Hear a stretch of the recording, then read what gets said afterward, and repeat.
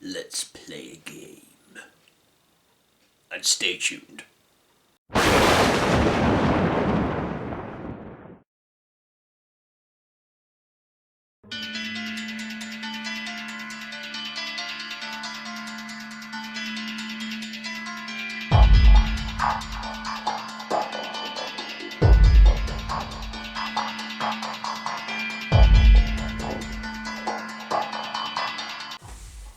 Why, hello there YouTube, and welcome to this month's Horror Talk, where every month I do a horror retrospective discussion on a horror franchise, or every now and then I'll do a horror icon or something. So, today I am going to do a discussion of the Saw franchise.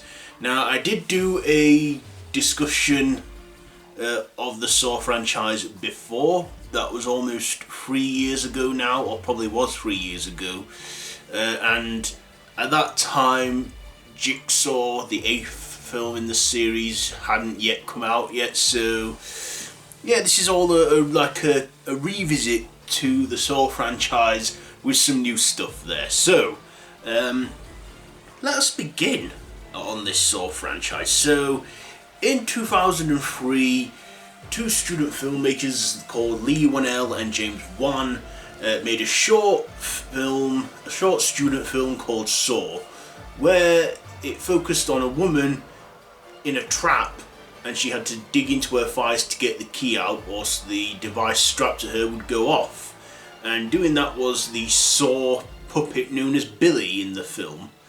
This, of course, impressed a lot of filmmakers, including Twisted Wire, and they asked if they were interested in making this film, and they did.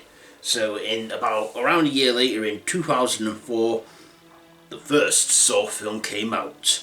This was written by Leigh Whannel and directed by James Wan, and they both are great friends and have gone on to do other projects together, including the Insidious franchise. James Wan, of course, is... this film introduced us to James Wan. It gave us James Wan today, and he's gone on to direct loads of films, including some Fast and Furious films, along with the Conjuring films and the Insidious films. And this was James Wan and Leigh Whannel's big break. Leigh Whannel, of course, recently wrote and directed the new version of The Invisible Man, and I think that was his first directorial debut, I think. Anyways, so 2003 they did a student film called Saw. That was only on for about 9 minutes. It was a short. So Saw was a big feature film, and this starred Kerry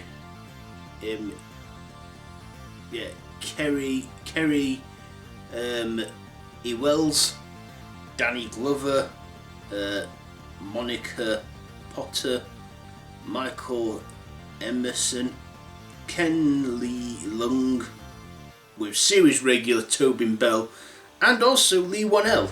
Yeah, he was in this movie Saw.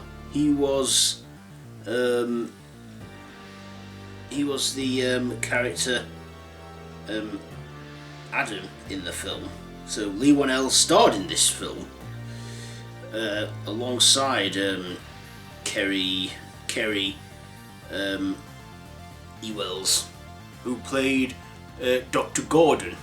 Lawrence Gordon in this film. So the first film focused on two strangers, Adam, played by Leigh Whannel, and Dr. Gordon, played by Kerry Ewells. I'm butchering the guy's name. I can't pronounce it right. Anyways, it just starred them as two strangers in a bathroom, chained to some pipes with hacksaws, and given an instruction if they want to get free to cut themselves free. They eventually work out that they've got to cut through their bones with a dead body in the middle of the room.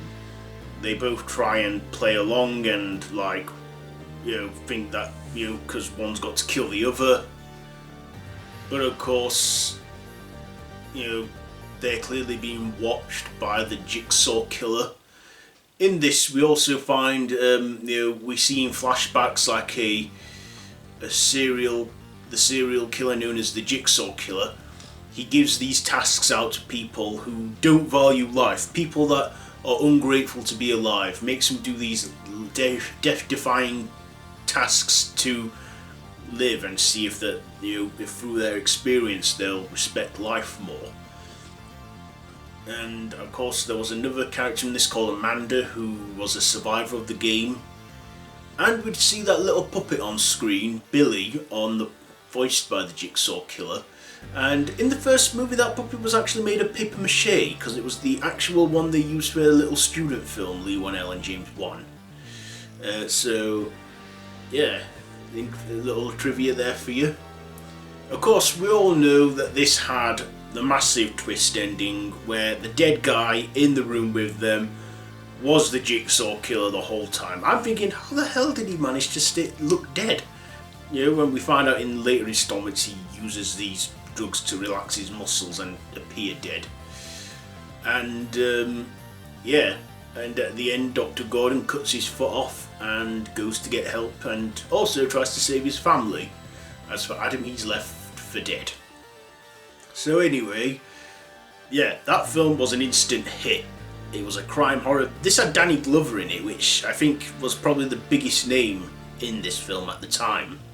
It had series regular in it, Tobin Bell, who of course went on to become Jigsaw throughout the film series. And then of course, a year later, with the success of the first Saw film, in 2005 we got a sequel, Saw 2. So, Saw 2, this time wasn't directed by James Wan. This time the film was, it was written by Leigh Whannel. So Leigh Whannel still had some involvement as co-writer, but it was also written by Darren Lynn Bousman. And this one was directed by Darren Lynn Bousman. So he directed as well as co-wrote. This of course starred Donnie Wahlberg from, New Kids on the Block, Mark Wahlberg's brother, Frankie G, Glenn Plummer, Beverly Mitchell, Dina Meyer, Ember Summit, and Sharwin Smith, who was in the first film as Amanda and is this time revealed in a big twist to be Jigsaw's apprentice. In this one, a detective and a SWAT team find the Jigsaw Killer, and they discover that he's actually sick and dying with cancer, and he's dying because he has no choice. That's his motive. He gets people that don't cherish and value life. In this one we see the detective played by Donnie Wahlberg. What's the character's name? Eric Matthews, and we have Tobin Bell as John Kramer, the Jigsaw Killer. We see him, this time, a group of people in a house that are rigged with traps and deadly devices, and they're all slowly getting picked off one by one. Not only that, there's a deadly gas poison that's slowly killing them, and they have to find the antidote to survive. And the big twist in that one is that Amanda is Jigsaw's apprentice. We also see that Eric meets the similar fate to what Adam faced in the first film. He gets chained up in the bathroom and left in the dark for dead. Of course, in this one, there's that infamous needle pit scene where Amanda is thrown into the pit of needles to find a key so they can get out. Now, these were all stunt needles. They were like real needles but replaced with duds. But then, when they'd done that with all the needles, they accidentally knocked a tub full of the real needles in the pit. And no one was aware of this except for the props people, and they still went through with it, and yeah, another interesting fact for you there. Anyway, about a year later, we got another year later, in 2006, we got the third installment, Saw 3. Again, directed by Darren Lynn Bousman, and again written by Leigh Whannel and James Wan, returned as co-writer. And in this we got Tobin Bell, Shaween Smith, and this time Angus McFadden. And yeah, we got some characters in, some new and old characters in there in this third instalment. And this time Jigsaw was really on his deathbed. Amanda kidnapped this doctor woman and was forcing her to try and treat him. Of course, her husband as well was going through a labyrinth of various traps from Jigsaw, and he had to perform these tasks to make sure these people survived, and etc. And in the end, Jigsaw meets his demise. He gets killed in this one, and then we're left thinking, oh, is that it? Is there going to be no more Saws? Of course, the opening act of the film takes place straight from where the second film ended, where Detective Eric Matthews is stuck in the bathroom and breaks his foot and gets free. We find out what happens to him in the next Saw film, that he meets his demise.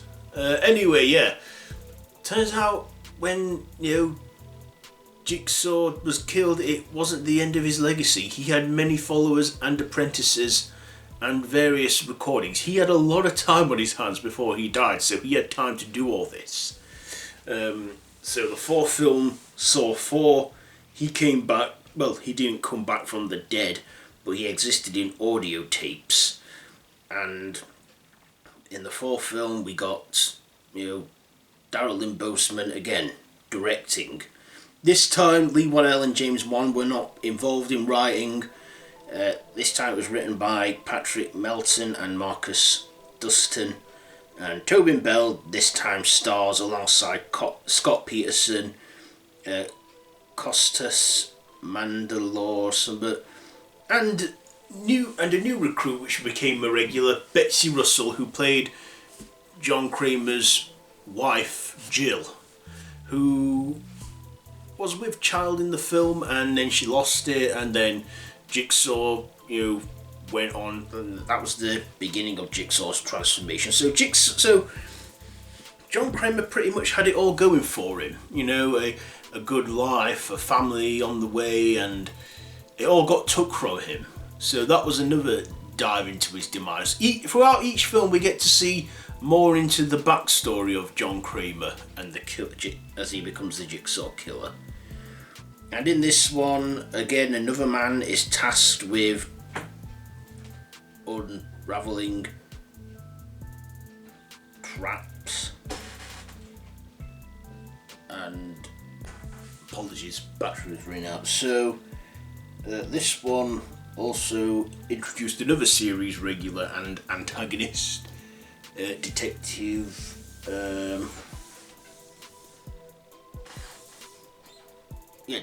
Mark Hoffman, played by Costa Mandalore.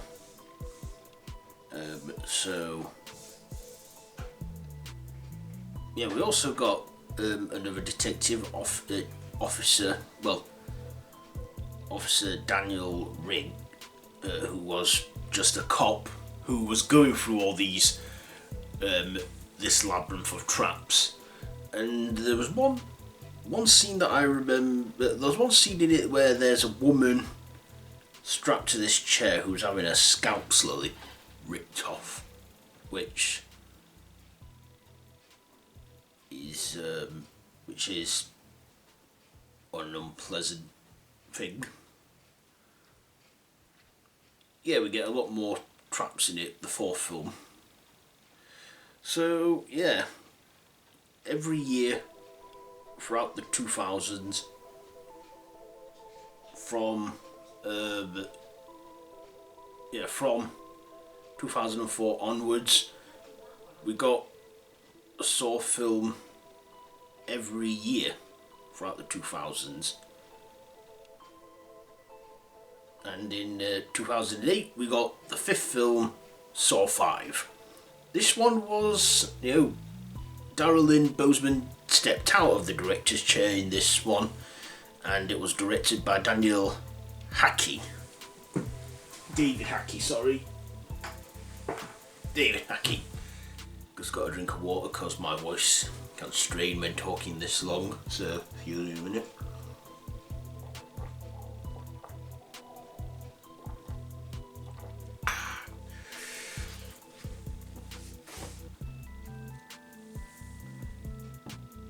So, as I was saying, there we go. This one again starred Tobin Bell, Costa Mandylor, Scott Patterson, and Betsy Russell. In this one, a group of people are in this dilemma where they must perform a series of tasks to survive, and it's only like one by one they go through the whole thing. But then they discover that, they have to give at least 10 pints of blood to stop another trap from going off. And the last two survivors then discover that they should have all worked as a team. Whilst the main story in this is Hoffman is a full-on apprentice of Jigsaw. The Jigsaw Killer is still, is still within the recordings. So yeah, we get the fifth film, Saw 5. Even one trap where one detective, the FBI agent Peter Starr, is trapped, has a water tank trapped on his head, and he drills into his throat to breathe through his neck. That was a creative trap. Of course, he fails to take into account one trap at the end where he should have gone into a coffin full of broken glass to survive the walls closing in on him. So he meets a terrible demise whilst Hoffman survives. At this point, Hoffman, I feel, is a dislikable character. We also see in the sixth film where the game comes full circle, where another guy who works at some loan company refuses a loan for John to have these experimental cancer treatments done, and he has him. Then next thing, he's on a big series of tasks that involve deadly consequences of all his workforce, including a spiral where he has to kill 6 people with a shotgun. Of course, in the end, we meet a family. Well, a woman and her son, whose father of the family, the boy's father, the woman's husband, was refused a loan from this guy, and he meets his demise with acid injections, which is quite brutal. We also see Hoffman that he was no longer needed, so Jill attempted to kill him with the reverse bear trap. Now, the reverse bear trap goes back to the first Saw film, where Amanda wakes up with it on her and has to try and get it off, which she does succeed in doing. So we almost get to see the reverse bear trap work in Saw 6, but we don't quite see it. So in 2009 we got Saw 6, and Saw 6 was this time directed by Kevin Garrett or something. We also get the return of Amanda as well, showing Smith. And I think in this one, is it this one we get the post-credit scene? No, I think it's Saw 4. Yeah, it's Saw 4, I think, where we get the post-credit scene. Or is it this one? Let me just look.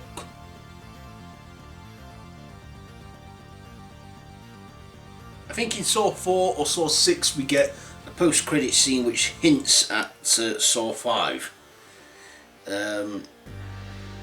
Anyways, in 2000 and in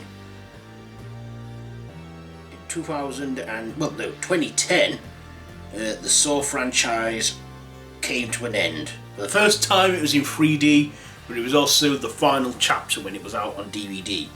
This one again was directed by Kevin Gerrit, I'm butchering the bloke's name. This time we see the game come full circle. We meet a guy who claims he's survived the Jigsaw Killer games, but we know hasn't, he just has 2 scars there. And we even see the return of Dr. Gordon, so, you know, we find out what his fate was, and turns out he was the Jigsaw's killer behind the whole, Jigsaw's apprentice behind the whole thing. He rigged some of the traps and all the sewing stuff in the films. He'd been involved from the beginning and had been sneaking around this whole time, which I thought was a good twist, and it was nice to see what happened to him, because, you know, we'd not heard from him since the first Saw film. We also see Hoffman get his comeuppance in a satisfying manner. We even see Jill meet her demise with the reverse bear trap, so we finally get to see the reverse bear trap used, and it is not a pleasant sight, and probably very unpleasant for the person it's being used on. Also in this one, we see a bloke, the guy who claimed he was in the Saw games, but, you know, go through all these tasks, and I have to say this is probably the only Saw film where I've seen a person failing every single deadly task that he's been given. I don't think he succeeded in a single one. Couldn't even save his wife from being cooked alive, you know.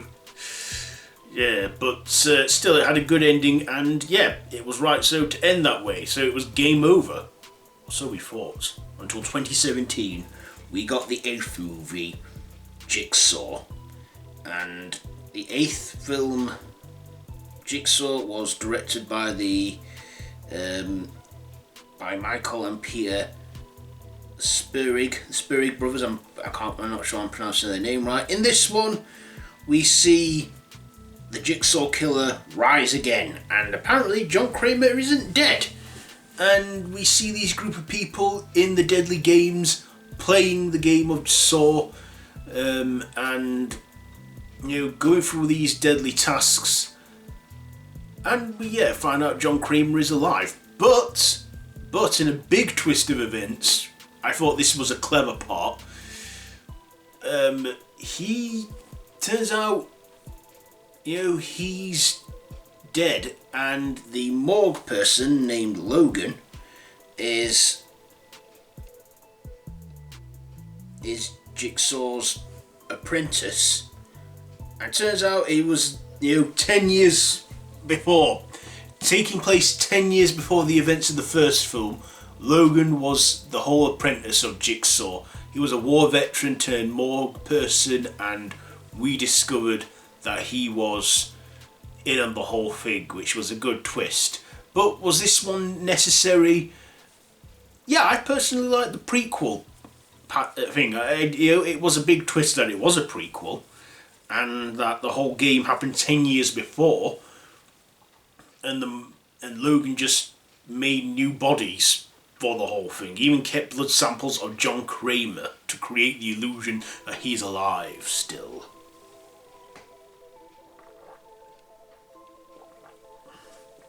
Anyway, that was it from the Saw franchise. But of course, in 2018, 2019, Chris Rock came forward with an idea for a Saw movie. Now, a lot of comedic actors are going into horror these days, aren't they? You know, Jordan Peele with Get Out and Us and Audrey Plaza, with Charles Play remake, and Danny McBride, and, you know, David Gordon Green with Halloween. So, yeah, we get a sort of sequel called Spiral, which is written by, which has the return of the director, Darren Lynn Bousman, written by Josh Solberg and Peter Goldfinger.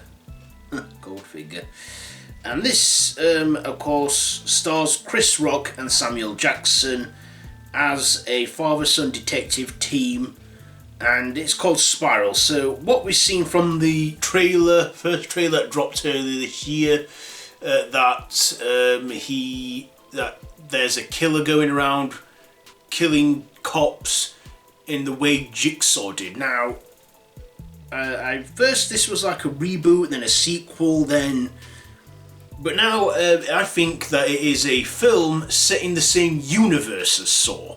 So it's not necessarily a Saw sequel, but it is I think it's within that universe of the Saw franchise. The film is titled Spiral from the Book of Saw, or simply Spiral, basically referencing the spirals on Billy the Puppet's cheeks. So this was originally meant to be released in May 2020, May 15th, 2020, but due to the COVID-19 pandemic, which is ruining everything at the moment, films are being delayed, everything's on hold, etc. So now this film has been pushed back to March 2021. But hopefully it'll be worth the wait. It will be worth the wait. I like what I see in what I've seen in the trailer. So, I'm sure this is worth the wait. So, it's probably been delayed because, a lot of the films have been delayed and they're getting released or whatever. But look, in the long run, we'll get to see all these films that have been on hold from the coronavirus crap. But anyway, yeah, the Saw franchise. John Kramer, the Jigsaw Killer, I feel, is a killer with a justifiable motive, but also sort of does it in the wrong way as well. But Tobin Bell puts up a great performance in all these films, especially with that soothing, sharp voice he uses in the movies. And I like the Billy the Puppet as well. Billy the Puppet has gone on to be like the face of the franchise as well. And yeah, he's a little creepy, but still a great killer. He's gone on to be, gone on to inspire cosplayers. He's gone on to be in parodies. Yeah, Saw is a good franchise. So now for the next part of this, let's rank all the films from my least favourite to my most favourite. This is all my opinion, so yeah, all 8 Saw films. Let's go. Okay, so I've got my list here. This time I've actually took notes and written it down instead of memorising it off the top of my head. So this is the 8 Saw films that we've gone through. So number 8 is Jigsaw. Thought it wasn't necessary, but it was nice to, it was like revisiting an old friend, and it had a good twist and turns, but still, it was a long gap between that and the other films. Number 7 is Saw 6. Number 6, Saw 5. Number 5, Saw the Final Chapter. I thought it was a good fitting end to the original franchise and probably should have stayed ended there. And then number 4 is Saw 4, number 3, Saw 3, number 2, Saw 2, and number 1, the first Saw, because that to me is the best one, and has the most originality to it. This franchise started the torture porn subgenre in horror, and a year later, well, it started it, but didn't make it popular. I believe that belongs to Eli Roth's Hostel. But still, this Saw was the horror franchise of the 2000s, like Friday the 13th was to the 80s. So yeah, I'd say that's it for this month's horror talk. So yeah, what will I discuss next month? But I don't know. I haven't really thought that far. But anyways, yeah, that's it for this month's horror talk. Have you seen any of the Saw films? Have you seen them all? Which is your favourite? Let me know all that down in the comments below. If you like this video, be sure to get a big thumbs up, share with your friends. Feel free to subscribe to my channel if you haven't already and to hit that notification bell. No pressure, but it would mean a great deal to me if you did.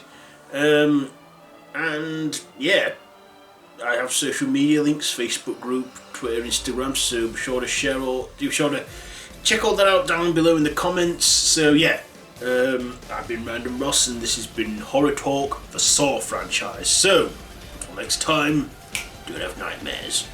Or under these circumstances, game over.